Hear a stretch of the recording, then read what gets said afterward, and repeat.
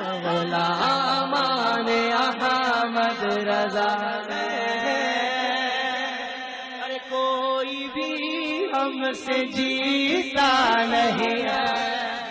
امام احمد بن حنبل کو بہت شدت سے کوڑے لگائے جاتے تھے، ایسے کوڑے لگائے جاتے تھے کہ کہتے ہیں کہ ہاتھی کو بھی اگر وہ کوڑے لگائے جاتے تو ہاتھی بھی اپنا صبر کا دامن چھوڑ دیتا، مزمحل ہو جاتا، مضطرب ہو کے رہ جاتا۔ لیکن دیکھیے امام احمد بن حنبل کو اتنے کوڑے لگائے مگر امام احمد بن حنبل نے ان کو اپنے عقیدے سے منحرف نہیں ہوئے، حق کے دامن کو نہیں چھوڑا۔ ایک دفعہ ایسا ہوا کہ ان کو اتنے کوڑے لگائے، رمضان کا مہینہ تھا، روزے کی حالت میں تھے امام احمد بن حنبل، اور کوڑے کس بات پر لگائے جا رہے تھے؟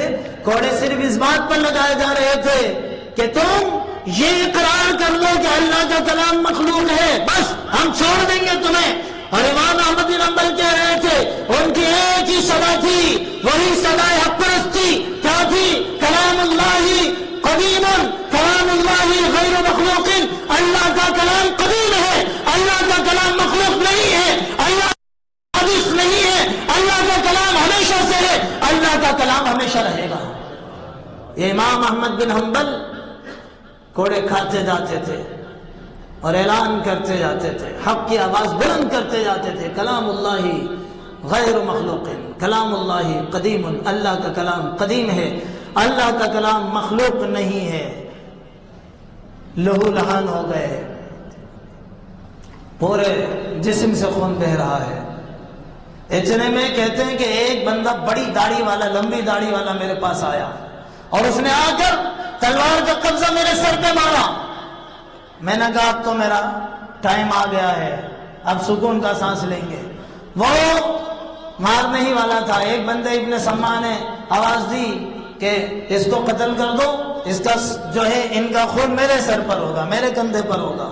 لیکن ایک محرک جو تھا فتنہ خلق قرآن کا، وہ وہاں موجود تھا، اس نے کہا نہیں نہیں، ان کو یہاں پر شہید نہ کرو، ان کو یہاں نہ مارو، اگر یہ یہاں مر گئے، ان کا انتقال ادھر ہو گیا تو لوگ کہیں گے کہ انہوں نے مصیبتیں جھیل جھیل کر اپنی جان قربان کر دی ہے اور حق پر ڈٹے رہے ہیں، لوگ ان کو اپنا علم بردار بنا لیں گے، لوگ ان کو پیشوا ماننے لگ جائیں گے، لہذا ان کو چھوڑ دیا جائے۔ واقعہ بہت طویل ہے، الغرض ان کو امام احمد بن حنبل کو چھوڑ دیا گیا۔ شہید کیوں نہیں کیا گیا؟ لوگ ان کو پیشوا بنا لیں گے، لوگ ان کو پیشوا بنا لیں گے۔ آج بھی حکومتوں کا دستور دیکھے تو وہی نظر آتا ہے جو مامون رشید کے دور میں تھا، جو معتصم کے دور میں تھا، جو راشد کے دور میں تھا۔ آج حق کے لیے آواز اٹھانے والوں کو گرفتار کر لیا جاتا ہے، ٹارچر سیل میں رکھا جاتا ہے، ان کو اذیتیں پہنچائی جاتی ہیں، ان کو مختلف قسم کی تکلیفیں دی جاتی ہیں۔ کیوں؟ صرف اس لیے کہ وہ حکومت کے ٹکر پہ آ کے کھڑے ہو گئے، صرف اس لیے کہ وہ حق کی خاطر آواز بلند کرنے والے ہیں۔ کبھی اگر وہ حق کی آواز خادم حسین رضوی کی صورت میں بلند ہوتی ہے تو ان کو گرفتار کر دیا جاتا ہے، ان کو نظر زندہ کر دیا جاتا ہے، اور اگر وہی آواز اشرف باسط جلالی کی صورت میں بلند ہوتی ہے تو ان کو بھی گرفتار کر دیا جاتا ہے، ان کے اوپر قتل کر دی جاتی ہے، ان کو وضو کا پانی نہیں دیا جاتا، وہ تیمم کرنے پر مجبور ہو جاتے ہیں۔ یہ آج کی کہانی بتا رہا ہوں، آج کی اس دور کی کہانی، یہ صرف اس دور میں نہیں تھا، آج بھی صبر کا پیکر اگر دیکھنا چاہیں تو بہت سارے علماء مل جائیں گے۔ ڈاکٹر اشرف باسط جلالی جو کل ہی رہا ہو کر آئے ہیں، ان کو اٹھا لیا گیا، کس وجہ سے؟ صرف اس مسئلے پر کہ اہل بیت معصوم نہیں ہیں، معصوم صرف انبیاء ہوتے ہیں، حق پرستی کی انہوں نے حق کی صدا بلند کی، صرف اس مسئلے پر ان کو گرفتار کر لیا گیا۔ اس سے پہلے امیر عظیمت کو استقامت امیر المجاہدین حضرت علامہ مولانا حافظ خادم حسین رضوی جو کتنے ہی علماء کے پیشوا، کتنے ہی علماء کے استاد حافظ قرآن، قاری قرآن، علم کا بحر میں کرام، ان کو گرفتار کیا گیا، ان کو جیل میں ڈالا گیا، ان کو ٹارچر کیا گیا. کس لیے؟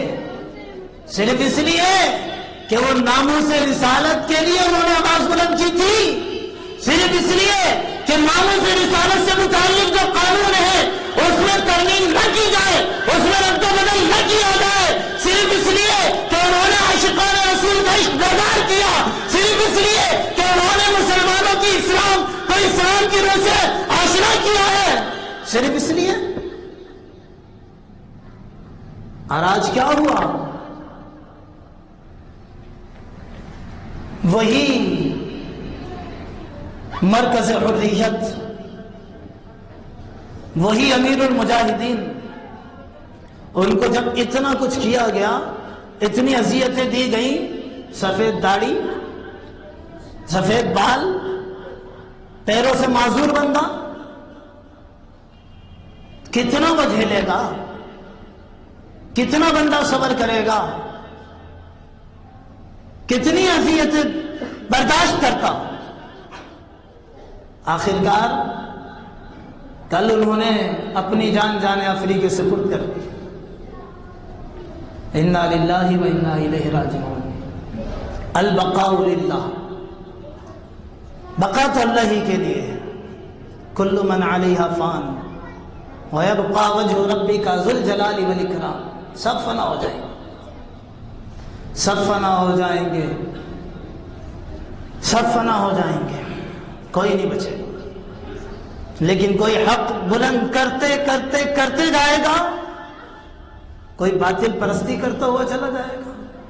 علماء تو بڑے دیکھے ہوں گے آپ نے، بہت آتے ہیں، مگر ان علماء میں کسی کسی کو تر امتیاز بھی حاصل ہوتا ہے، جو حق کی خاطر ڈٹ جاتے ہیں، باطل کی آنکھوں میں آنکھیں ڈال کر بات کرتے ہیں. ایسے ہی تھوڑی کہ خادم حسین رضوی کے نام سے انڈیا کانپ رہا ہے. کیوں کانپ رہا ہے؟ کہ اسلام کی وہ تعلیم جس کا نام لینا لوگوں نے چھوڑ دیا تھا، اس تعلیم کو خادم حسین رضوی نے دوبارہ اجاگر کر دیا تھا، زندہ کر دیا تھا.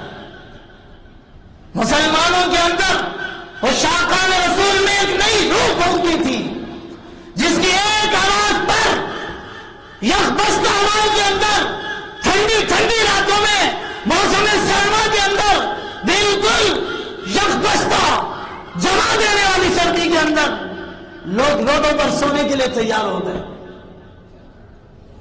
زخمی ہونے کے لیے تیار ہو گئے، شیلنگ برداشت کرتے رہے. کچھ ان کی آواز میں کچھ تھا، ان کے دل کے اندر وہ درد تھا جو ہر عاشق رسول کے دل میں ہونا چاہیے.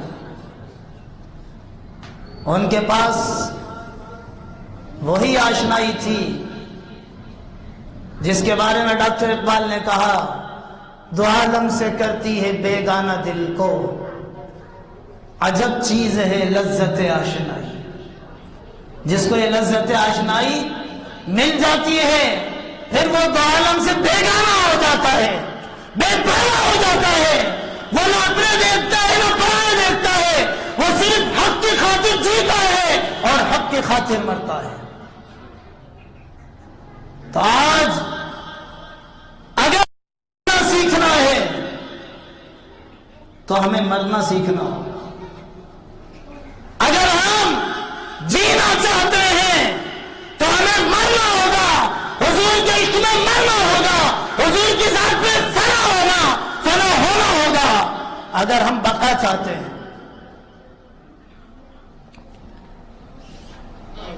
فنا کے راز کے اندر بقا کا راز مضمر ہے.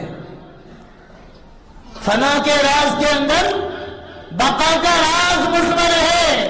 جسے مرنا نہیں آتا اسے جینا نہیں آتا. آج ہم موت سے ڈر رہے ہیں، ہم مرنے سے ڈرتے ہیں، اسی لیے قدم قدم پہ مرتے ہیں.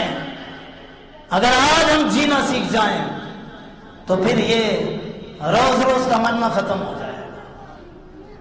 اللہ رب العالمین امیر المجاہدین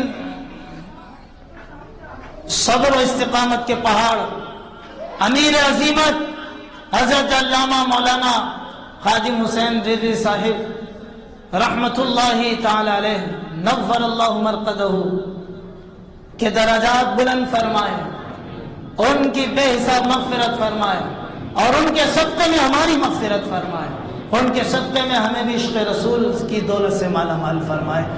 جانے والا چلا گیا، ہم زندگی میں قدر نہیں کرتے، ہم ایسے لوگ ہیں، عجیب قسم کے لوگ ہیں، جب بندہ مر جاتا ہے پھر کہتے ہیں کہ یہ بہت بڑا تھا۔ اللہ ہمیں اپنے علماء کی زندگی میں قدر کرنے کی توفیق عطا فرمائے۔ جتنا آپ سے ہو سکے ان کے لیے ایصال ثواب کریں، اور اپنے بچوں کو عالم دین بنائیں، عالم دین بنائیں۔ اس وقت علم دین کی اشد ضرورت ہے، علماء کی ضرورت ہے۔ یہ وہ وقت ہے کہ علماء جاتے جا رہے ہیں، یہ رنج و حزن اور غم کا سال گزرا ہے ہر اعتبار سے، معیشت کے اعتبار سے دیکھیں تو، وباؤں کے اعتبار سے دیکھیں تو، علماء کے اٹھ جانے کے اعتبار سے دیکھیں تو اتنے علماء اس چند 4-5 مہینوں کے اندر رخصت ہوئے ہیں، اور جو جا رہا ہے وہ اپنا کوئی بدل چھوڑ کے نہیں جا رہا۔ قیامت کی نشانیوں میں سے ایک نشانی ہے